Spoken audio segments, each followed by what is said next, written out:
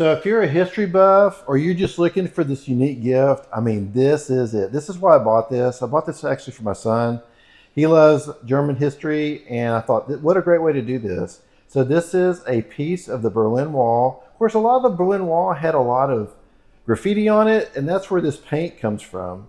Now the stand that it's on, it's all acrylic. You can see here kind of what it looks like. This acrylic's actually pretty nice and nice and thick. And the stone itself is actually glued to this. On the back side, you're going to see really just kind of like a map. Here's the Soviet Union, the United States, UK, and France. Right on the bottom side, it does say Berlin divided. This right here is 4x4.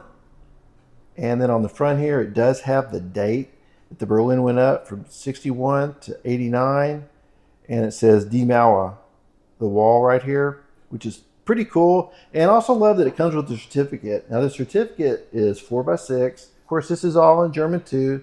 Certificate, and then it says Berliner Mauerstein right here in the middle. It does say Ein Stück Deutsche Geschichte, and then it's got the dates and also the certificate number 2. You can see this is probably, I guess, about the size of my hand, but I mean, this is great for just sitting on a desk.